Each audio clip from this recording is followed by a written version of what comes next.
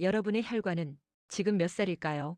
사람들은 보통 주름이 생기거나 머리가 휘어질 때 이제 나이가 들었구나 라고 생각합니다. 하지만 우리 몸에서 가장 먼저 늙기 시작하는 곳은 피부가 아니라 바로 혈관입니다. 그리고 많은 전문가들이 이렇게 말합니다.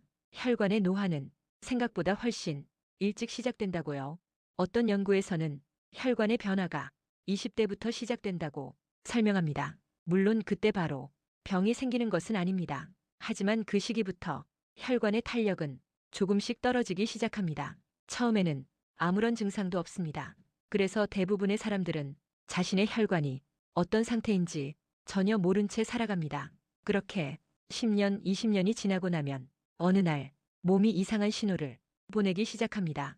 예전에는 계단 몇 층쯤은 가볍게 올라갔는데 어느 순간부터 숨이 차기 시작합니다. 조금만 걸어도 종아리가 무겁고 다리가 쉽게 피곤해집니다. 손발이 이상하게 차가워지는 날도 늘어납니다. 아침에 일어나면 머리가 무겁거나 어지러운 느낌을 경험하기도 합니다. 많은 분들이 이런 변화를 나이가 들어서 그렇겠지 하고 넘겨버립니다. 하지만 이런 변화는 단순한 노화가 아니라 혈관이 보내는 신호일 수도 있습니다. 혈관은 우리 몸의 모든 곳에 피를 보내는 통로입니다. 산소와 영양분을 몸 구석구석까지 전달하는 역할을 합니다.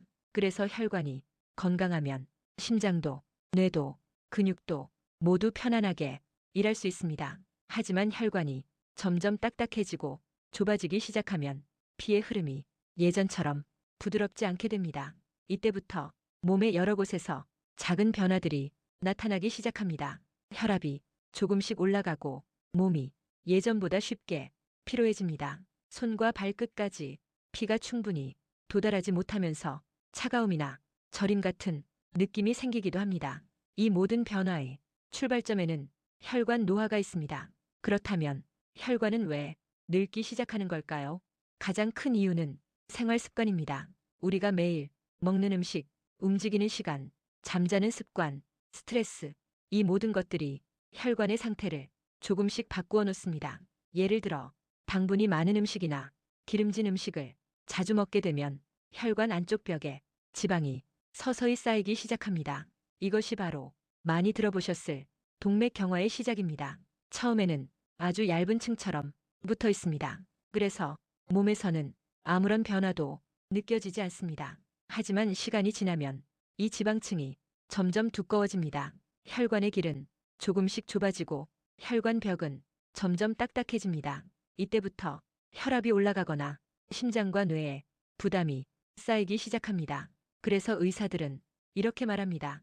혈관 질환은 갑자기 생기는 병이 아니라 오랜 시간 천천히 만들어지는 병이라고요. 대부분의 심근경색이나 뇌졸중도 어느 날 갑자기 생긴 것처럼 보이지만 실제로는 10년, 20년 동안 혈관이 변해온 결과입니다. 그래서 중요한 것은 언제부터 관리하느냐입니다. 많은 분들이 이렇게 생각합니다. 아직 병은 없으니까 괜찮겠지. 하지만 혈관은 병이 생기기 훨씬 전부터 이미 변화가 시작되고 있습니다. 그리고 다행히도 혈관에는 한 가지 좋은 특징이 있습니다. 생활 습관을 바꾸면 다시 좋아질 수 있다는 점입니다. 먹는 음식이 바뀌고 몸을 움직이는 시간이 늘어나고 수면과 스트레스가 안정되기 시작하면 혈관의 상태도 조금씩 달라집니다.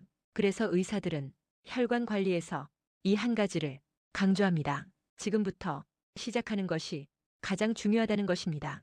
다음 내용에서는 많은 사람들이 무심코 반복하는 생활 습관 중에서 혈관을 가장 빨리 늙게 만드는 습관과 반대로 혈관을 젊게 유지하는 방법에 대해 차근차근 살펴보겠습니다. 앞에서 우리는 혈관이 생각보다 아주 이른 시기부터 천천히 늙기 시작한다는 이야기를 나누었습니다. 그리고 그 변화는 갑자기 나타나는 것이 아니라 오랜 시간 동안 조금씩 쌓여서 몸에 영향을 주게 됩니다. 그렇다면 이제 가장 중요한 질문이 하나 남습니다. 이미 나이가 들었는데 혈관 관리는 늦은 것일까요? 많은 분들이 이렇게 말합니다. 이 나이에 뭘 바꾼다고 달라지겠어. 하지만 의학 연구들은 조금 다른 이야기를 합니다. 혈관은 우리 몸에서 생각보다 회복력이 있는 조직입니다. 생활 습관이 달라지기 시작하면 혈관의 상태도 서서히 달라질 수 있습니다. 그래서 의사들이 가장 먼저 이야기하는 것은 특별한 약이나 비싼 치료가 아니라 생활 속의 작은 변화입니다. 그 중에서도 가장 큰 영향을 주는 것은 바로 음식입니다. 우리는 하루에 3번 이상 음식을 먹습니다. 그 말은 하루에도 몇 번씩 혈관에 영향을 주는 선택을 하고 있다는 뜻입니다. 예를 들어 당분이 많은 음식은 혈관 건강에 좋지 않은 영향을 줄 수 있습니다. 달콤한 음료나 과도한 디저트는 혈당을 빠르게 올리게 됩니다. 이때 몸에서는 인슐린이라는 호르몬이 많이 분비됩니다. 이 과정이 자주 반복되면 혈관의 안쪽 벽이 손상되기 시작합니다. 또 한 가지 주의해야 할 것은 지방의 종류입니다. 특히 튀긴 음식이나 가공식품에 들어있는 트랜스 지방은 혈관 안쪽에 나쁜 콜레스테롤이 쌓이도록 만들 수 있습니다. 이런 음식들을 오랫동안 자주 먹게 되면 혈관은 점점 딱딱해지고 좁아질 수 있습니다. 반대로 혈관 건강에 도움을 줄 수 있는 음식들도 있습니다.